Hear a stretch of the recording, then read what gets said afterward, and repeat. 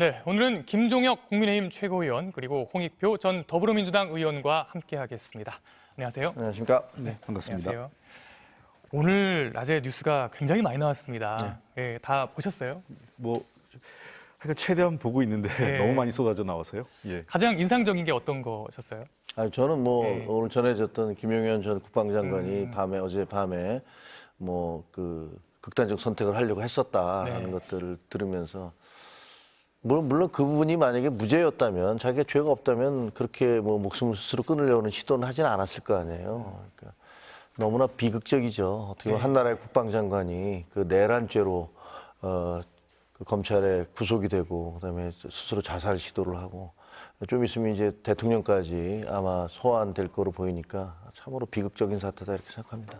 네, 오늘 여러 뉴스가 많았는데 그 중에서 사실 깜짝 놀란 걸로 치면 이제 김 전 장관이 자살을 시도했다. 이게 가장 충격적인 뉴스가 아니었나 싶은데 어떻게 보셨습니까? 예, 그거 말고도 저는 이제 어제부터 얘기가 나온 거지만 곽중근 네. 특전사령관이 대통령과 두 번째 통화를 했다, 비화기 통화를 했다는 거죠.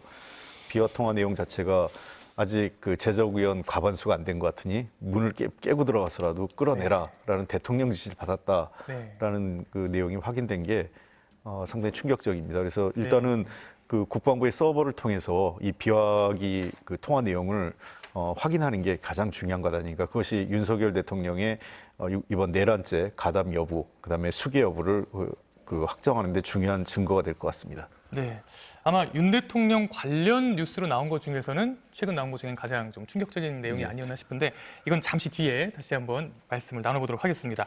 먼저 김용현 전 장관 얘기부터 나눠보시죠. 일단 오늘 충격적인 얘기 나왔던 거 말씀해 주셨어요. 언제 들으셨어요, 이 소식은? 저는 아까 방금 여기 와가지고 지금 와서 들었어요? 확인했습니다. 들으셨을 때 어떠셨어요? 좀 깜짝 놀랐죠. 그래서 글쎄요, 하여간 김용현 장관 입장에서는 본인이 일정에 자꾸 이제 전부 책임지고 끌어안고 가겠다 이런 의지를 자꾸 보이는 것 같아요. 어떤 의미에서는 대통령을 보호하겠다는 마지막 자기의 책임을 시킨 것 같은데 그렇게 하는 것보다는 책임 있는 자세라면 이번 일련의 과정을 소상하게 진실을 밝히는 데 협조하는 게 가장 마지막까지 책임을 다하는 자세가 아닌가 생각합니다. 이런 식으로 책임을 회피하고 진실을 은폐하려고 하는 것은 아주 잘못된 태도라고 생각합니다. 네, 이번 사태에 대해서 책임을 지는 것도 중요하지만 또 진실을 규명하는 이제 사실 그 핵심에 있는 인물이기 때문에 그만큼 중요한 것 아니겠습니까? 그래서 이제 이 소식이 더 충격적이기도 한 건데 어떻게 생각하십니까? 저도 홍익표 의원님 의견에 동의합니다. 어떤 경우든 스스로 목숨을 끊는 것은 그건 비겁한 도피가 될 것이고요. 그리고 특히 책임 있는 자리에 있는 분들일수록 그렇게 하면 안 된다고 생각을 합니다. 물론 개인적으로 굉장히 괴로웠겠죠. 자기 부하들이 전부 다 자기의 지시를 받은 부하들이 줄줄이 소환되고 어떻게 보면 그 사람들의 일생이 다 무너지고 있는 거 아닙니까? 군인이니까 명령에 따라서 움직였겠죠. 경찰관도 마찬가지일 것이고요. 어떤 대통령과 국방장관의 잘못된 그런 판단으로 인해서 수많은 사람들이 지금 군의 명예라든가 이런 것들이 실추되고 있는 그런 그런 상황이기 때문에 한평생 군인으로 보냈던 김용현 전 국방장관의 입장에서는 괴로웠을 겁니다.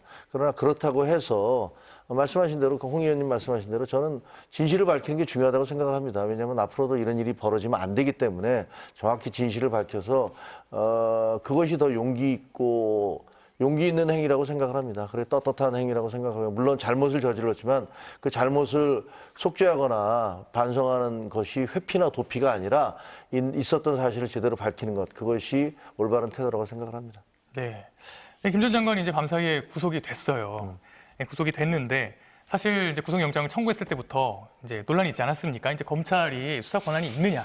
그래서 이게 수사 권한이 없다는 이것 때문에 혹시나 영장이 기각되지는 않겠느냐 해서 이제 공수처에서도 이제 추가로 영장을 청구하고 했는데 일단 이렇게 구속이 된 만큼 뭔가 좀 의혹이 해소되는 데 도움이 될 거라고 보십니까? 일단 현재로서는 모든 수사기관들이 경쟁적으로 하고 있어요. 그러다 보니까 이제 열심히 하는 측면도 있을 텐데 좀 걱정스러운 거는 수사기관 간의 중복 수사 또는 비효율적 수사 가능성도 있습니다. 왜냐하면 주요 증인을 지금 검찰이 확보했고 경찰은 또 압수수색을 해가지고 또 관련된 핵심 증거 자료들은 또 경찰이 가져갔고 또 공수처는 공수처대로 또 지금 계속 뭔가를 하겠다고 이러기 때문에 저는 이 부분은 좀 정리를 빨리 해야 되지 않을까 싶고요. 그런 측면에서 어제 국회에서 상설특검 통과가 됐지 않습니까? 그래서 상설특검을 빨리 가동시켜서 상설특검을 통해서 좀 더 일사불란하게 수사 체계를 좀 정비할 필요가 있지 않을까 이런 생각을 합니다. 네, 지금 말씀하셨지만 이 수사기관 간의 이제 경쟁이 계속 치열해지고 있는데 또 이제 오늘 오전에 그런 소식이 전해졌죠. 이제 경찰청장, 서울경찰청장이 다 긴급 체포가 됐습니다. 그런데 그 주체가 경찰이에요. 그래서 경찰이 자기네 최고 수장 그리고 서울경찰청장을 이제 긴급 체포했는데 이 소식 처음 들으셨을 때 어떠셨어요? 아니 지금 지난 화요일 12월 3일 이후에 벌어지는 일들은 다 비현실적이에요. 도저히 이런 일들이 있을까 싶을 정도의 일들이 계속 터지고 있지 않습니까? 아니 누가 현직 대통령이 그런 비상계엄을 아무런 쉽게 얘기하면 또 다른 어떤 전시나 사변이라든가 그에 준하는 상황이 아닌데도 그런 걸 발동하리라고는 생각도 못했고 거기다가 무슨 정치인들을 체포하라는 체포조를 거기다 더 기가 막힌 건 여당 대표를 체포하라는 체포조를 결성했다는 건 아무리 봐도 상식적으로 이해가 되지 않는 거지 않습니까? 그리고 그런 도저히 그 기괴한 그런 비상계엄이 있고 난 다음에 그 대통령이 내란 혐의의 수괴로 거기 영장에 적시가 되고 국방장관이 구속이 되고 그리고 대통령은 출국 금지가 되고 이런 모든 상황이 다 너무나 비현실적이어서 사실은 경찰청장이라든가 서울청장이 무슨 체포가 돼서 이런 거는 그 커다란 어떤 그런 그 기괴한 장면의 작은 소품 같은 느낌이 들었고요. 하지만 어쨌든 뭐 저분들이 그 당사자들이니까 저분들도 명령에 따랐든 어쨌든 제가 알 수는 없습니다만 정확한 진실을 다 밝혀서 다시는 이런 일이 벌어지지 않도록 그런 하나의 그 시스템, 전범 이런 것들을 만들어 놔야겠다라고 생각을 합니다. 제가 한 가지 말씀드리면 이 국수본을 만들 때, 국가수사본부를 만들 때 좀 더 독립적이고, 그러니까 경찰청장의 지휘를 받지 않는 개별 사건의 지휘를 받지 않는 지휘 체계를 만든 것 측면에서 나름 역할을 하고 있는 것 같다. 그렇기 때문에 자기 조직의 수장인 경찰청장과 서울경찰청장을 지금 체포할 수 있는 게 가능한데요. 여기서 비교되는 게 군검찰입니다. 지금 좀 사각지대 같이 이게 군내 관련 수사거든요. 원래 군인 관련된 현직 군인의 관련 수사는 군내에서 군 검찰이 담당을 해야 되는데 지금 가장 소극적이고 제대로 된 압수수색이나 증거 자료 확보 이런 것들이 하나도 이루어지지 않고 있어요. 그런 측면에서 이 군에 대한 수사를 어떻게 할 건지를 빨리 정리해서 저는 특검이 된다면 빨리 이걸 그 특검에서도 군 수사를 좀 해야 되고요. 아니면 국방부 차원에서 군 검찰에 강력하게 압수수색이나 증거, 증인 확보에 대한 노력을 군 검찰을 좀 촉구해야 될 면이 있다고 생각합니다. 지금대로 이제 특검이 통과가 돼서 시행이 된다면 이 군검찰 부분도 모두 다 이제 포함이 되는 건가요? 가져올 수 있다고 생각합니다. 특별검사이기 때문에요. 그러니까 지금 검찰, 경찰, 공수처 하는 거를 일괄해서 다 가져올 수 있는 권한이 특별검사, 국회에서 그런 측면에서 특검을 한 거기 때문에 군검찰에서 하는 수사 내용도 다 가져올 수 있다고 봅니다. 결국은 지금 이제 의원님 보시기에는 지금의 이 혼란스러운 수사 상황, 서로 수사기관들이 경쟁하는 이 상황을 정리하려면 결국은 특검이 빨리 돼야 한다. 예. 그렇게 보시는. 그렇습니다. 예. 예. 어떻게 생각하십니까? 뭐 말씀하신 대로 사실 이게 공수처나 경찰, 검찰이 정말 경쟁하듯이 달려드는 모습이 별로 좋아 보이지는 않아요. 뭐 그 이전에 무슨 뭐 권력에 대해서 똑바로 목소리를 냈느냐의 여부는 차치하고더라도 일단 어떻게 보면 뭐 표현이 좀 그렇습니다만 그 맹수가 하나 쓰러지니까 하이에나들이 일제히 달라들어서 누가 먼저 물어뜯느냐라는 경쟁하는 것 같은 느낌이 들어서 별로 좋아 보이지는 않습니다. 근데 그렇다고 해서 그 수사가 신속히 이루어져야 된다는 사실을 부인할 수도 없는 거고요. 그러니까 결과적으로는 이제 상설특검이 이루어졌지만 제가 알기에는 저희 당에서도 아마 이와 관련해서 특검안을 낼 거라고 생각을 합니다. 이렇게 중구난방으로 흩어져 있는 이런 수사 각자가 체증한 그 증거가 다를 거 아니에요. 이런 것들을 다 한꺼번에 모아서 국회에서 그 임명한 그 검사가 특별검사가 정확한 내용을 수사하도록 하는 것이 그것이 뭐 더 온당하겠다 이런 생각이 듭니다. 지금 국회에서 두 가지 움직임이 있는데요. 상설특검은 대통령이 거부권을 쓸 수 없기 때문에 일단 통과를 시킨 거고 지금 한동훈 대표도 얘기하셨고 우리 당에서도 지금 추진하고 있는 게 있기 때문에 일반 특검, 맞아요. 일반 특검은 이제 대통령이 거부권을 쓸 수 있어서 이제 그건 혹시나 해서 지금 그것도 같이 추진하는데 뭐 만약에 대통령이 거부권을 쓸 일은 없겠지만 만약 쓴다 하더라도 그건 여야가 합의해서 추진하게 되면 뭐 거부권을 넘어갔을 수 있고요. 특히 이 가장 문제가 되는 건 이제 수사 그 특별검사의 정치적 중립성 관련된 거는 대법원장이나 대한변협에서 추천한 사람을 수용하는 데는 제가 보기엔 여야가 크게 이견이 없는 것 같아요. 그래서 저는 일반 특검을 빨리 하는 게 왜냐하면 상설 특검은 수사 인력에 제한이 좀 있거든요. 그래서 일반 특검으로 하는 게 대규모 수사단을 그 수사팀을 구성해서 체계적으로 그리고 종합적인 수사를 할 수 있지 않을까 생각합니다. 네, 말씀을 하셨으니까 말씀 나온 김에 좀 더 얘기를 나눠보면 이제 한동훈 대표도 말씀을 하지 않았습니까? 이런 자체 특검 준비가 좀 필요하다 말씀하셨는데 사실 뭐 어떻게 얼마나 지금 진행이 되고 있고 좀 성사 가능성은 얼마나 있다고 봐야 될까요? 제가 이제 원내 의원이 아니기 때문에 구체적인 진행 사항은 뭐 알고 있지 못합니다만 얼핏 듣기에 이제 그 원내 대표단에게 이것을 준비하자라고 지시를 한 걸로 알고 있습니다. 그래서 뭐 오늘 하여튼 준비가 되고 있더라고요. 그래서 구체적인 내용은 모르겠습니다. 하여튼 저희는 갈 거고 홍 의원님 말씀 맞다나 이건 여야가 뭐 함께 갈 거니까 뭐 대통령이 거부권 행사할 수 없을 거라고 보지만 그때 상황이 그렇게 되지도 않을 것 같긴 한데 거부권을 행사한다 하더라도 여야가 3분의 2 이상이 되니까 거부권 행사가 의미가 없을 거라고 생각하고요.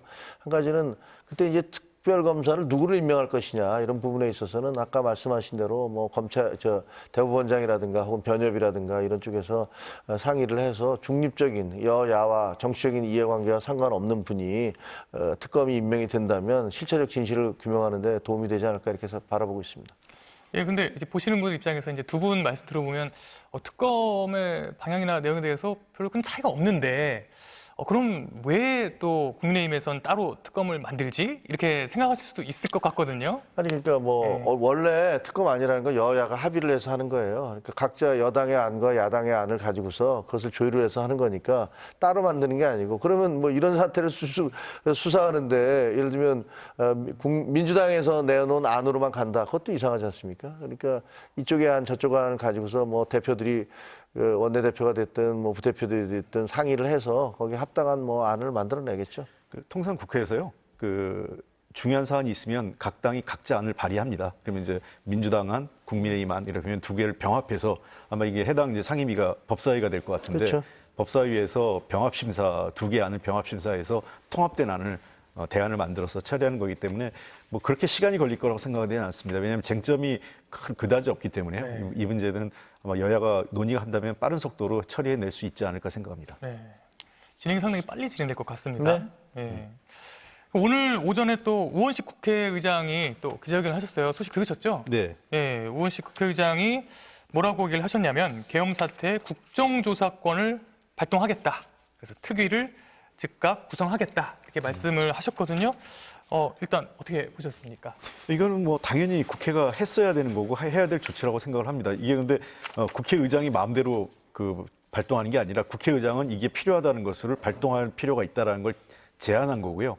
결국은 이것도 여야 국회 양당 교수단체가 협의해서 해당 상임위에서 국정조사를 해야 됩니다. 국정조사를 하려면은 별도로 이 어떤 특위를 만들어서 특위에서 국정조사를 할 수도 있고요. 아니면 해당 상임위에서 할 수 있습니다. 해당 상임위는 이제 뭐 국방위 또 법사위, 행안위 등등 여러 개 있는데 이번 사안 같은 경우는 해당 상임위보다는 아마 별도의 뭐 12.3 뭐 비상계엄 관련 국정조사 특위를 구성해서 국정조사 특위가 구성되면 거기에 관련 의원들을 여야가 의석수대로 구성을 해가지고 특위가 가동되지 않을까. 이것도 좀 빠른 시일 내에 가동이 됐으면 합니다. 네.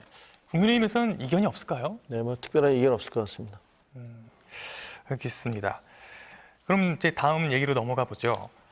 아까 의원님 말씀하셨는데 이제 윤석열 대통령의 이제 구체적인 지시 내용들이 이게 어떻게 보면 꼭 뭐 하루에 한두 개씩 계속 나오고 있어요. 이제 군인들의 증언을 통해서 그때 상황이 계속 전해지고 있는데 이제 어제도 좀 충격적이라고 할 수 있는 내용이 하나 전해졌죠.